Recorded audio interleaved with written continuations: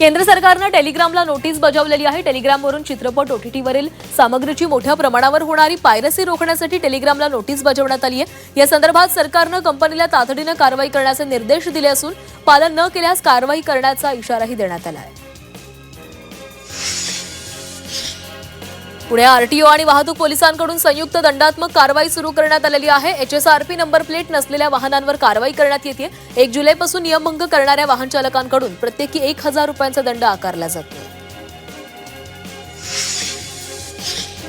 नाशिकमधील चांदवड लासलगाव रस्त्यावर स्थानिक गुन्हे शाखेच्या पथकानं फिल्मी स्टाईलनं पाठलाग करून गांजाची अवैध वाहतूक करणारी कार पकडली आहे। या कारवाईमध्ये 32 किलो गांजा आणि कार असा मुद्देमाल जप्त करण्यात आला। या प्रकरणी तिघांना अटक करण्यात आली आहे। पुण्यातील एका सराफ व्यावसायिकाची 2,60,00,000ची फसवणूक करण्यात आली। कमी मजुरीमध्ये दागिने तयार करून देण्याचा आमिष दाखवत तब्बल 185 तोळे शुद्ध सोनं लंपास करण्यात आलं। या प्रकरणामध्ये पोलिसांमध्ये तक्रार दाखल करण्यात आलेली आहे। स्वारगेट बसस्थानकावर बसची वाट पाहत असलेल्या एका महिला व 8 वर्षीय मुलीकडे अश्लील हावभाव करून मुलीला पैसे देण्याचा आमिष प्रयत्न करणाऱ्या 49 वर्षीय व्यक्तीला स्वारगेट पोलिसांनी अटक केलेली आहे। या महिलेनं आरडाओरड केल्यानंतर उपस्थित नागरिकांनी संशयिताला पकडून पोलिसांच्या ताब्यात दिले। अश्लील जाहिरातींवर कठोर कारवाई करण्यात येणार आहे। या कारवाईसाठी तज्ज्ञ समितीची मंत्री शेलार यांनी घोषणा केलेली आहे। तसंच कोणत्याही स्वरूपाच्या जाहिरातींविरोधात सरकारची भूमिका अत्यंत कठोर असल्याचंही त्यांनी स्पष्ट केलं आहे। छत्रपती संभाजीनगर शहरातील चेलीपुरा भागामध्ये जुन्या वादातून भाजीपाला विक्रेत्याची तलवारीनं गळा चिरून हत्या करण्यात आली आहे। या घटनेनंतर संभाजीनगर गुन्हे शाखेच्या पथकानं आरोपीला तत्काळ अटक केली। मात्र त्यावेळी मुख्य आरोपी पसार झाला होता। गुन्हे शाखेनं तब्बल 9 महिन्यांनी त्याला अटक केलेली आहे। सांगलीच्या मिरजेमध्ये पद्मश्री पुरस्कार मिळाल्याबद्दल माजी मंत्री सुरेश खाडे यांचे बंधू अशोक खाडे यांचा जाहीर सत्कार करण्यात आला। रामदास आठवले व चंद्रकांत पाटील यांच्या हस्ते अशोक खाडे यांचा सत्कार करण्यात आला। मिरज नगरीची कलाकृती व वारकरी संप्रदायाशी ओळख असणारी वीणा देऊन अशोक खाडे यांचा गौरव करण्यात आला।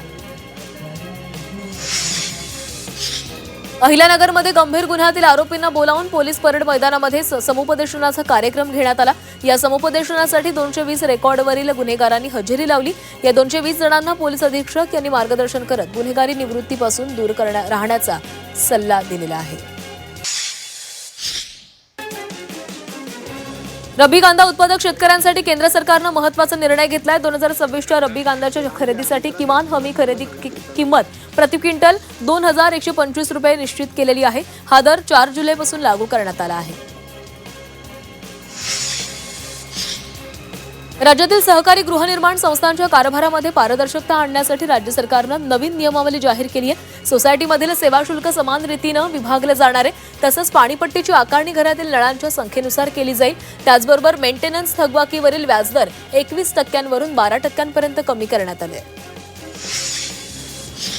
पुणे महापालिका हद्दीमध्ये समाविष्ट झालेल्या 23 गावांचा विकास आराखडा वेगानं पूर्ण करण्यासाठी स्वतंत्र विकास आराखडा कक्ष स्थापन करण्यात आला आहे।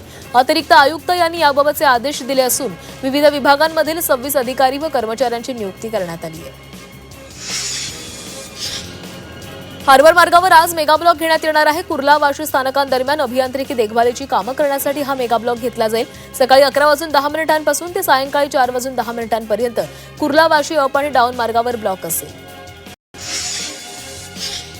11वी प्रवेशासाठी शिक्षण विभागाकडून 7 जुलैपर्यंत मुदतवाढ देण्यात आली आहे। मुंबई विभागामध्ये मुसळधार पावसाच्या पार्श्वभूमीवर 11वी प्रवेशासाठी मुदतवाढ मिळाली आहे। तर 11वीसाठी काल 2 लाख विद्यार्थ्यांनी प्रवेश निश्चित केला आहे।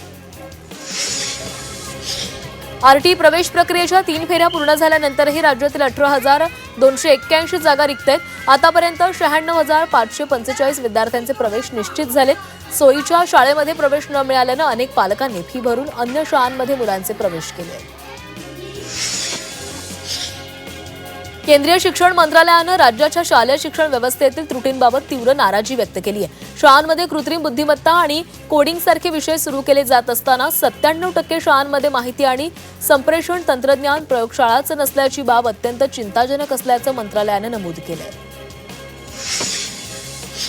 शिक्षक समन्वय संघानं 7 आणि 8 जुलै रोजी राज्यव्यापी शाळा बंद आंदोलनाची घोषणा केलेली आहे। अनुदानित आणि अनुदानित शाळांमधील शिक्षक व शिक्षकेतर कर्मचाऱ्यांच्या प्रलंबित मागण्यांसाठी आंदोलनाची घोषणा करण्यात आली। मुंबईतील आझाद मैदानावर आंदोलनात शिक्षक सहभागी होणार आहेत। बोरिवली पूर्वेमध्ये नळातून दूषित पाणी येत आहे, त्यामुळे नागरिकांना आता पिण्याच्या पाण्याची समस्या निर्माण झाली आहे। परिसरातील काही भागांमध्ये नळाद्वारे गढूळ आणि दुर्गंधीयुक्त पाणी पुरवठा होत असल्याची तक्रार नागरिकांकडून करण्यात आली। या दूषित पाण्यामुळे आरोग्याचा प्रश्न निर्माण होण्याची भीती नागरिकांनी व्यक्त केली आहे। बोरिवली पूर्वेतील राजेंद्र नगरमध्ये एक मोठं झाड दुचाकीवर पडलं। सुदैवाने या घटनेमध्ये कोणतीही जीवितहानी झाली नाहीये, मात्र दुचाकीचं नुकसान झालंय। सतत पाऊस पडत असल्यानं अनेक भागांमध्ये पाणी साचलं असून काही ठिकाणी झाडं पडण्याच्या घटना घडल्या। टिटवाळ्यामध्ये पावसाची संततधार कायम आहे। या पावसामुळे टिटवाळा गणपती मंदिराच्या मुख्य रस्त्यावर मोठं झाड पडलंय। सुदैवाने रात्री झाड पडल्यानं यामध्ये कोणतीही जीवितहानी झाली नाहीये। शहापुरातील मुबारबाड रस्त्याची अवस्था ही बिकट झालेली आहे। रस्त्यावरील खड्ड्यामध्ये पाणीच पाणी साचलं। या खड्ड्यामध्ये 2 महिला दुचाकीवरून पडून जखमी झाल्यात, त्यामुळे प्रशासनानं रस्त्याची पाहणी करावी आणि तातडीनं दुरुस्ती करावी अशी मागणी करण्यात आली आहे। पुणे जयपूर एअर इंडिया एक्सप्रेसचं विमान उड्डाणासाठी धावत असतानाच धावपट्टीवर अचानक पुत्रा आल्यानं वैमानिकानं प्रसंगावधान राखत रिजेक्टेड टेक ऑफ करत विमान थांबवलंय। अचानक ब्रेक लागल्यानं प्रवाशांमध्ये काही काळ भीतीचं वातावरण निर्माण झालं होतं। या घटनेमुळे पुणे विमानतळावरील सुरक्षेवर पुन्हा प्रश्नचिन्ह निर्माण झालंय।